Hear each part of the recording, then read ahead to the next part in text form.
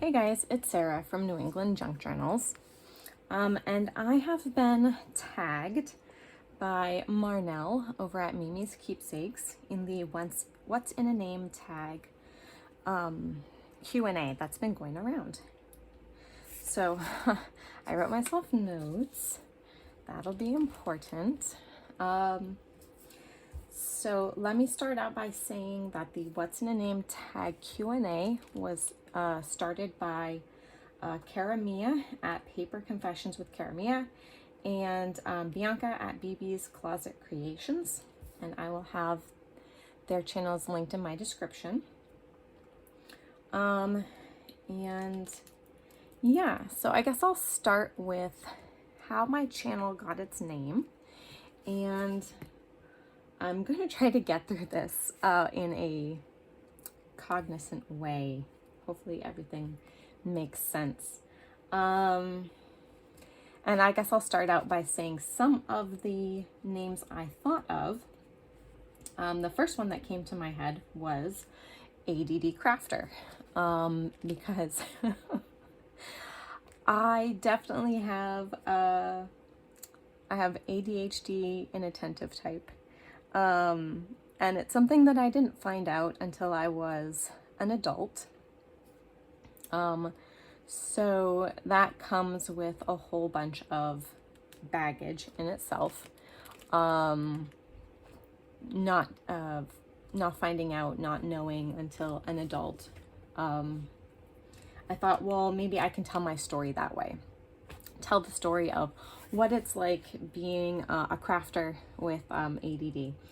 But I didn't really want that to define my channel. It's definitely something that I deal with on a daily basis, but I didn't want it really to become the focus and center of my channel, and having that be the name, I figured that would happen. And so that's, dealing with that, I have to make myself notes so that I don't keep rambling and get distracted and, not ever finish a complete sentence, because that happens sometimes.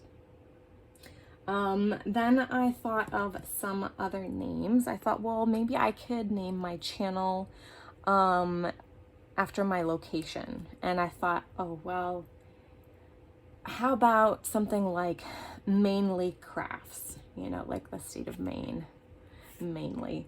And then I was like, no, I hate that. Well, I don't mind, like there are a lot of businesses that have that kind of like mainly whatever.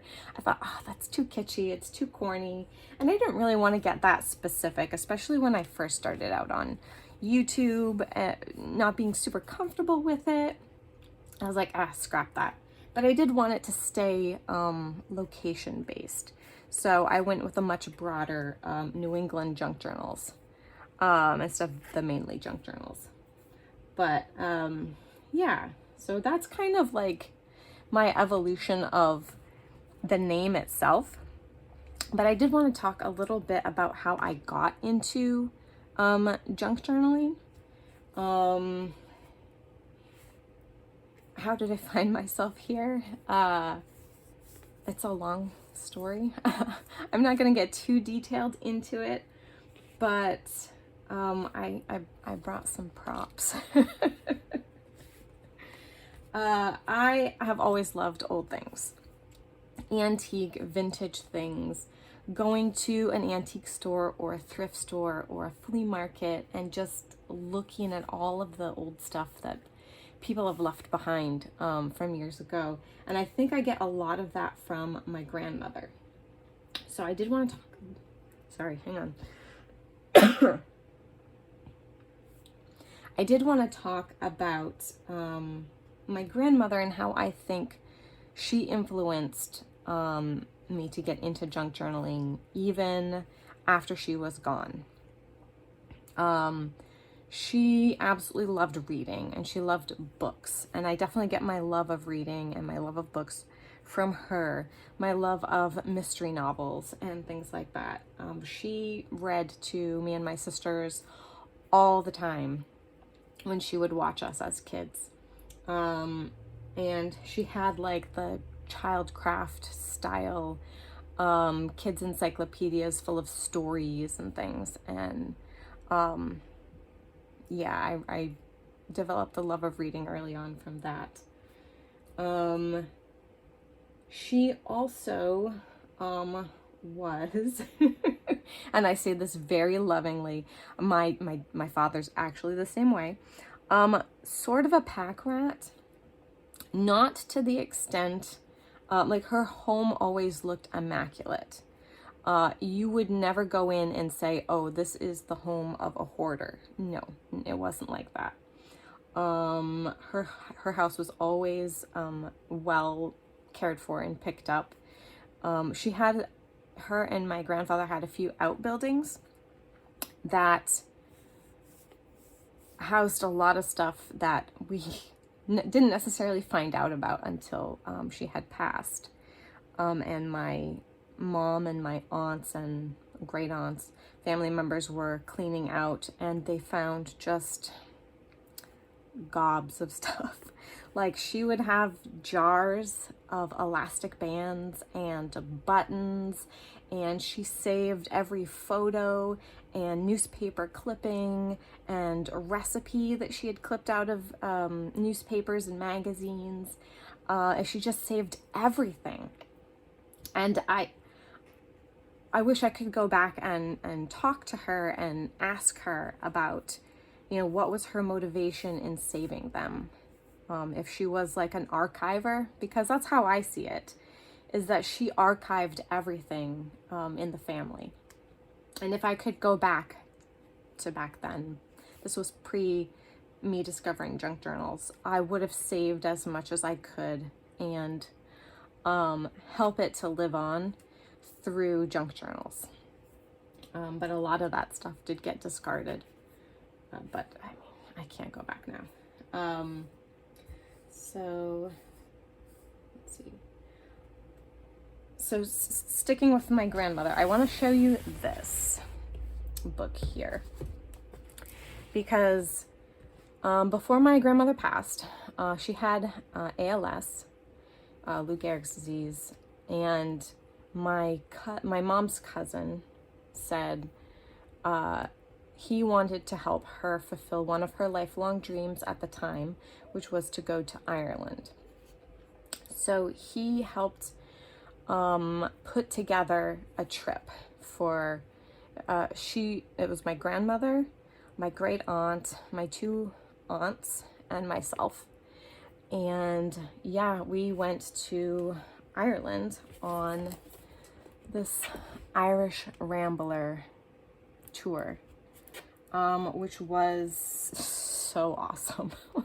It was a wonderful, wonderful experience that I will treasure always. It was hard at points because, again, she was definitely suffering from the effects of ALS during this trip, and we had a couple of startles. But when I got back, I wanted to put together a scrapbook, and I did start. To be fair, I did start. I had a few pages. I have this great photo of myself and my grandmother with this old car that she absolutely wanted to take a picture with. And some of our little tickets and things. I tried to be artistic. Again, it was very amateurish, but I was doing my best, and it was a start.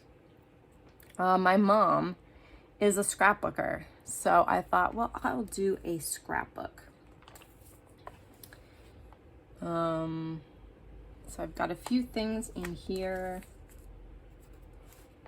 I did this page, and I would just like followed the outline of some of the things to cut and put in here, a couple of stamps, and then that's where it ends.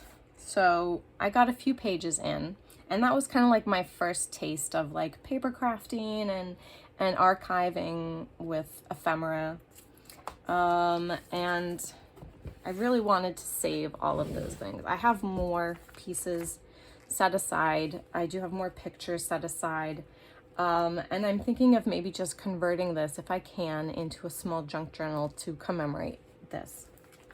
This is my grandmother's diary from that trip.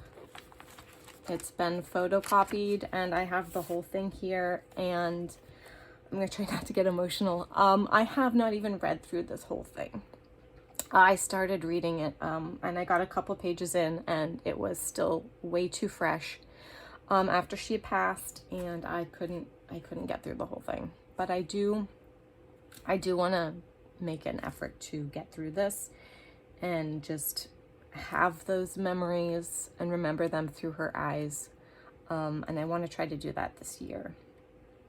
And, you know, I mean, it's been quite a few years, but it's still kind of emotional, guys. I absolutely loved my grandmother. I think a lot of her. She was a wonderful person. And I do regret that she was not here to see her great-grandchildren, and she didn't see my wedding, but okay, that's that. Let me move on a little bit. So my mom, as I said, is a scrapbooker, and she made quite a few scrapbooks. She made about 3 of them for me. And she's made a few for my sisters. They're not quite complete yet, but she intends to finish those too. I'm just going to show you a couple of pages here. I've taken them out of the sleeves because the sleeves are a bit glary. And I also specifically chose like family photos and stuff because there are lots of photos of like family friends and my church family, or our church family, and I did not have time to get everyone's permission, and I definitely believe in, you know, people having the opportunity to say whether they want to have their photos out there on the internets. So I love this, such a cute page. This is when my husband came over, before he was my husband, and one of the first things that we did when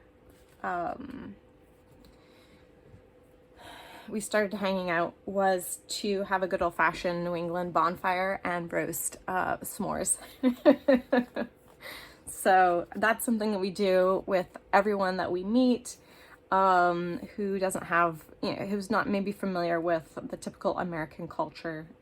We always invite them to a good old-fashioned New England bonfire with s'mores and everything. And it's been met with mixed reviews.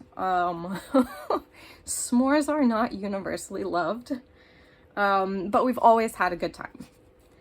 So this page she did from our engagement shots, which was so nice. Oh, and then on the back side was our a wedding invitation and our menu. And picture of me and my mom and dad when I was a little baby.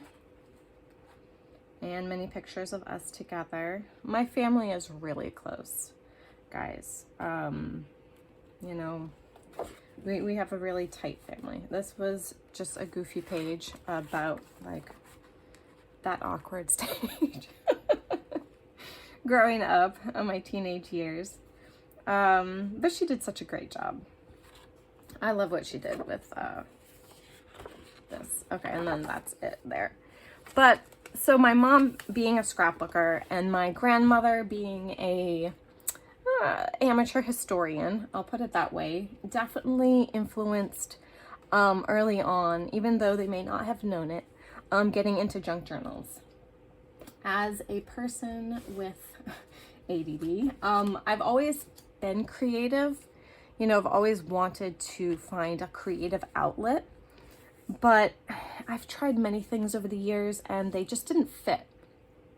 So there was a point in time when I wanted to be like a novelist or a writer, just because I have so many ideas, but I don't have the discipline to sit down in front of a piece of paper or a computer or a typewriter and, you know, get all those thoughts out and make a cohesive story. So that didn't work out. I've done vocal lessons. For a very short time, I did piano lessons. That was not for me. I've done painting, or I've dabbled in painting and drawing, and nothing really seemed to stick. But I've absolutely loved creating junk journals. And I was on YouTube one day, and I don't know how I came across it, and I wish for the life of me I could remember which YouTuber it was. It could have been maybe like Pam at the Paper Outpost or Natasha at Treasure Books, but I'm not sure. But somebody showed how simple it was to do a 3-hole pamphlet stitch to bind a book together. And like for me, that was like my epiphany moment. At least that's what I call it. And I just thought to myself, just like that, you just do a 3-hole pamphlet stitch and you have a book. And I don't mean to like minimize it, but like it was just like a light bulb that went off in my head. Like I can do that. I can do a 3-hole pamphlet stitch. I watched a couple more people do it, and I'm like, okay, well I can do that. And from there was no stopping me. I was so excited. And I started, you know, binding things together and like simple things at first. And then, you know, trying to do more and more complicated as I went along. Started making like journals for my kids. I've shown a couple of those here on this channel. I made them a couple art journals with wallpaper and with, I think it was made out of a cereal box. Yeah, and I was just so excited. And now it is my hyperfixation right now, and it has been for several years. So I kind of think that that's like a good sign that I can keep this going for a while. I haven't gotten tired of it. You know, as somebody with, you know, ADD, we will pick up a hobby like board gaming. For me, I still like to play board games, but like it was like a super passion with me for a while. And then, you know, after like suddenly, you know, I don't have that like hyperfixation anymore. I still like to play board games. I think they're very fun. But I didn't have that hyperfixation. So yeah, let me think if there was anything else I wanted to say. I love the search for items to include in my junk journals. I love going to flea markets and thrift stores and especially my local transfer station because they are a treasure trove of interesting things. Yeah, the search is really fun when you find the items that you want to use. That's awesome too. And I hope that I can continue this hobby, this outlet for my creativity for years and years to come. And I want to end by doing my tags. I have 5 people that I'm going to tag in this video. And I've checked as of when I'm recording this, none of these people have done a what's in a name tag video so far. Diane Hubert over at My Pretty Pink Cottage. She's one of the first, other than Pam at the Paper Outlet and Natasha at Treasure Books, she is one of the first YouTube creators that I started following for junk journals. I love her style. I also want to tag Jessica at Paper Terrace. I know she's changed her name. She used to be I'm a Cool Mom, and I do remember watching videos back when she had that name before. So I'm interested in the story of her name change as well. I'm gonna tag Natasha from Treasure Books. She always makes gorgeous, gorgeous pieces of art. I love her style too. I haven't seen Sherry over at Turquoise Dreaming do one of these, so I'm gonna tag her as well. And Kelly at Root Pursuit. So those are my 5 tags. Diane, Jessica, Natasha, Sherry, and Kelly. I would love to see the story behind your channel's names. All right, and that's gonna do it for me today. I'll be coming at you later this week, definitely with a Thrifty Thursday, and who knows, surprise video maybe sometime this week. All right, thank you guys. Bye.